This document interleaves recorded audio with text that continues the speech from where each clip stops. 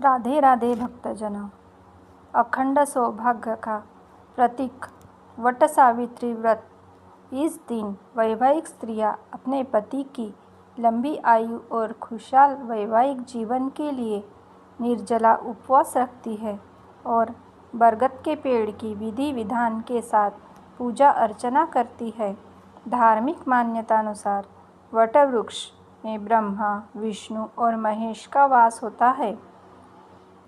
यही कारण है इस पूजा में बरगद के पेड़ का विशेष महत्व है।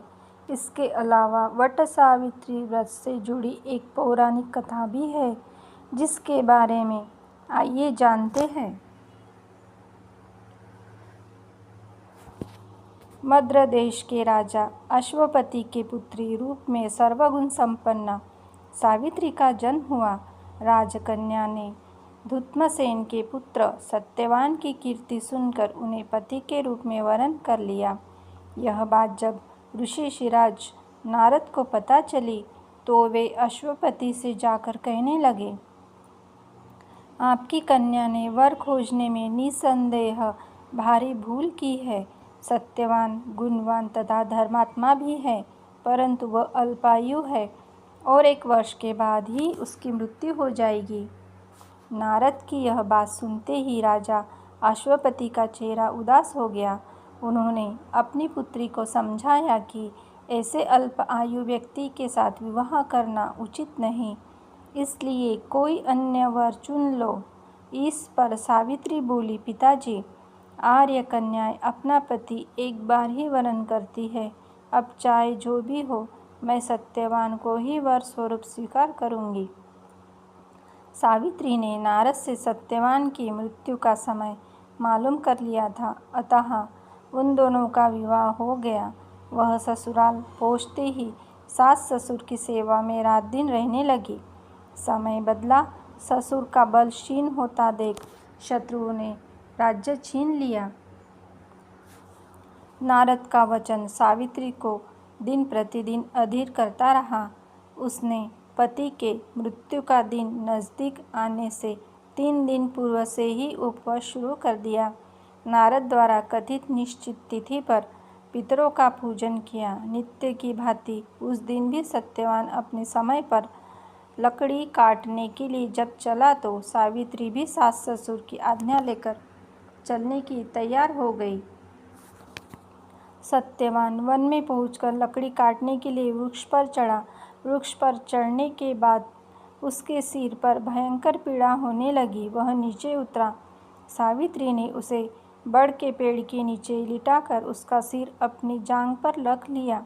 देखते ही देखते यमराज सत्यवान के प्राणों को लेकर चल दिए। सावित्री सत्यवान को वट वृक्ष के नीचे ही लिटाकर यमराज के पीछे पीछे चल दी। पीछे आती हुई सावित्री को यमराज ने उसे लौट जाने का आदेश दिया। इस पर वह बोली, महाराज, जहाँ पति वही पत्नी, यही धर्म है, यही मर्यादा है। सावित्री की धर्म निष्ठा से प्रसन्न होकर यमराज बोले, पति के प्राणों के अतिरिक्त कुछ भी मांग लो। सावित्री ने यमराज से सास ससुर की आंखों की ज्योति और दीर्घायु मांगी। यमराज तथास्तु कहकर आगे बढ़ गए। सावित्री अभी भी यमराज का पीछा करती रही। यमराज ने अपने पीछे आती सावित्री से वापस लौटने जाने को कहा तो सावित्री बोली, पति के बिना नारी के जीवन की कोई सार्थकता नहीं। यमराज ने सावित्री के पतिव्रत धर्म से खुश होकर पुनः वरदान मांगने के लिए कहा। इस बार उसने अपने ससुर का राज्य वापस दिलाने की प्रार्थना की।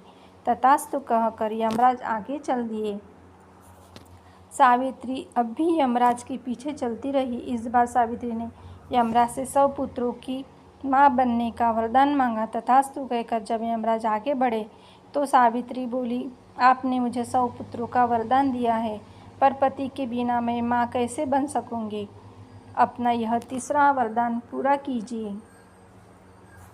सावित्री की धर्मनिष्ठा, ज्ञान, विवेक तथा पतिव्रत धर्म की बात जानकर यमराज ने सत्यवान के प्राण को अपने पास से स्वतंत्र कर दिया। सावित्री सत्यवान के प्राण को लेकर वटवृक्ष के नीचे पहुंची, जहां सत्यवान का मुझ शरीर रखा था। सावित्री ने वटवृक्ष की परिक्रमा की तो सत्यवान जीवित हो उठा। प्रसन्नचित्त सावित्री अपने सास ससुर के पास पहुंची तो उन्हें नेत्र ज्योति प्राप्त हो गई। इसके बाद उनका खोया हुआ राज्य भी उन्हें मिल गया। तभी से वट वृक्ष की पूजा की जाती है। वट सावित्री पूजा विधि। वट सावित्री व्रत में वट यानी बरगद के वृक्ष के साथ साथ सत्यवान, सावित्री और यमराज की पूजा की जाती है। माना जाता है कि वट वृक्ष में ब्रह्मा, विष्णु और महेश तीनों देव वास करते हैं। अतः वट वृक्ष के समक्ष बैठकर पूजा करने से सभी मनोकामनाएं पूर्ण होती है। वट सावित्री व्रत के दिन सुहागिन स्त्रियों को प्रातःकाल उठकर स्नान करना चाहिए। इसके बाद रेत से भरी एक बांस की टोकरी ले और उसमें ब्रह्मदेव की मूर्ति के साथ सावित्री की मूर्ति स्थापित करें। इसी प्रकार दूसरी टोकरी में सत्यवान और सावित्री की मूर्तियों को स्थापित करें।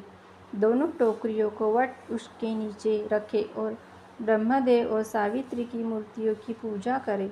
तत्पश्चात सत्यवान और सावित्री की मूर्तियों की पूजा करें और वट वृक्ष को जल दें।